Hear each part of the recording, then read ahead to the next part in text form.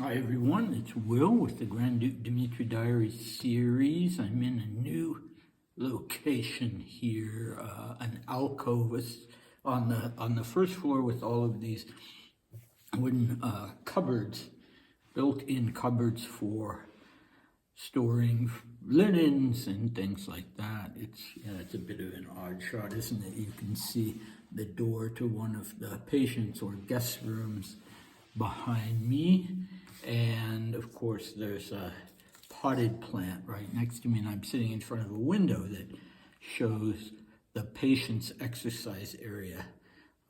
When patients were able, they were required to go for walks every day, little walks, and that was something Dmitri did, and that's what is visible through the window behind me. Okay, there's a bit of an echo, isn't there? Oh well.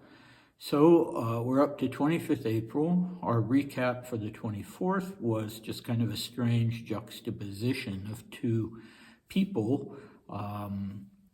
Mikhail Gorchakov, who came to see Dmitri and who was a rabid anti-Semite, and then on the other hand, a guest at Maria's, Alfred Leuvenstein, who was a Belgian businessman and a Jewish convert to Catholicism.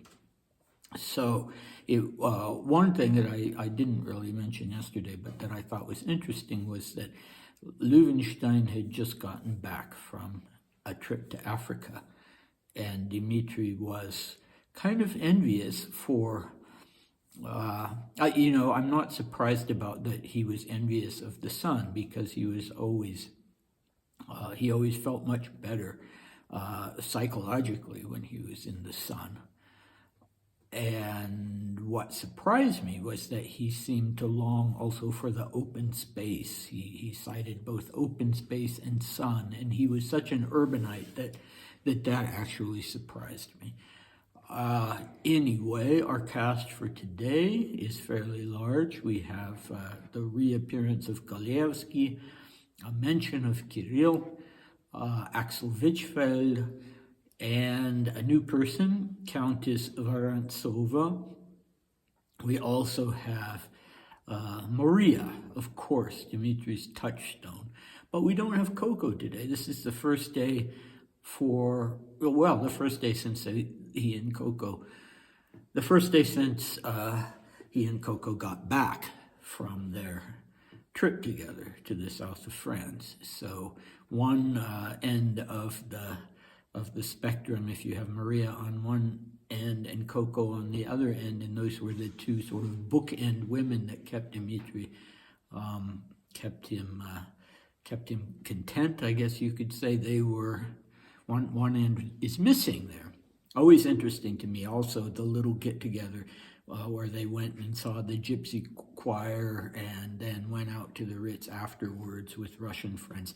That Coco never participates in these things, although she clearly had sympathy and interest, especially as far as integrating into her fashions Russian motifs. Anyway, here we go.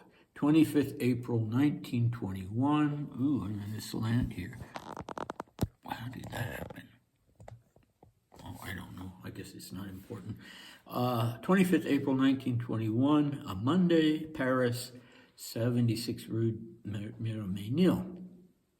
Galevsky came in the morning.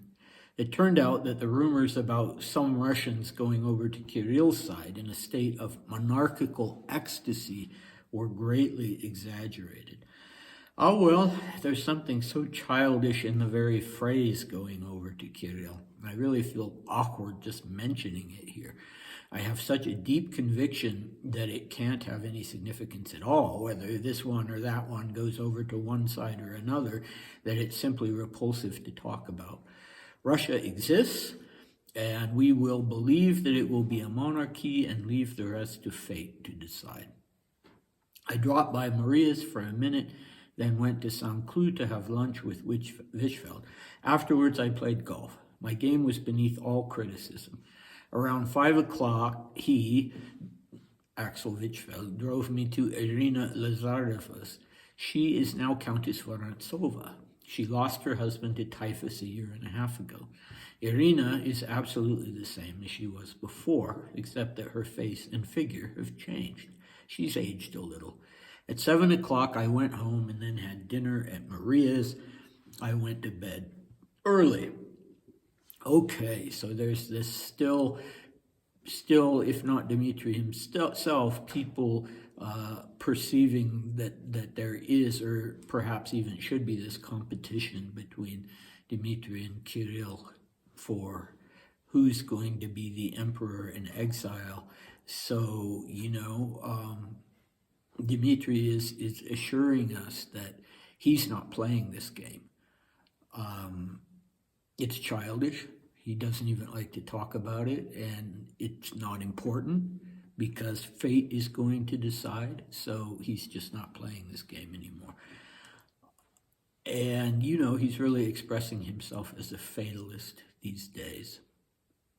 You could say that's a cop-out, or you could say, essentially, he's right. It may not be fate in a metaphysical sense, but it's certainly not these squabbling groups in the emigration that are going to determine anything in Russia. It's interesting, though, that he uses this word monarchical ecstasy, and that's a direct translation. He's using the word ecstasy. I didn't even have to translate it. So what is this monarchical ecstasy that's going on in Paris or elsewhere in the emigration in April 1921? That's interesting. That's something I'd like to learn more about. But the rumors are exaggerated. Maybe Dmitri is exaggerating about there being any kind of, monarchical revival or ecstasy. It's interesting that he uses the plural pronoun and also the future tense when he's talking about Russia. He's putting it fairly poetically. Russia exists, and we will believe that it will be a monarchy. So who is this will, this we? He's not saying, I will believe, or I do believe. He's saying, we will believe. I find that interesting. I don't really know what to say about it. That's what he says, of course, right before he leaves the whole thing up to fate. So, Irina Petrovna Lazareva. She was 1 year older than Dmitri, and that's about all I know about her, except that she was on her second marriage. She was married first to Rodzianko, and there would be a third marriage as well. I can't remember what the third husband's name would be. Anyway, that's not important. It's just kind of interesting because the Orthodox Church does allow for a person to divorce and remarry 3 times. If you do it a 4th time, you can divorce the 3rd time, but if you marry a 4th time, then you've sort of placed yourself outside of what's allowed in the church. So she was, she was going to manage. She was going to have her 3 marriages and not a 4th one. So that's good. She was born in 1890, so only 1 year or less before Dmitri, but she would live into the 70s. So, whether it was for religious reasons or whether she was simply happy with her 3rd husband, she didn't take a 4th. Okay, so what do we have next time? We have the return of Coco, so don't despair. We'll have our Maria and Coco juxtaposition back next time.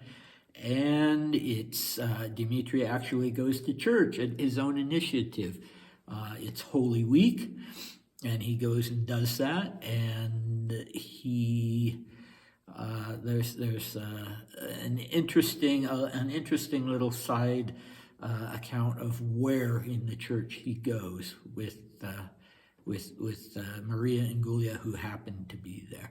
Okay, but the delightful thing is that we have a visit from Rameli Gustav, so muddle-headed Gustav of Denmark is in town and pays Dmitri a visit, so that's fun. Anyway, all right, I will say goodbye. The potted plant will say goodbye. I can't make it wave. There we go. And see you next time.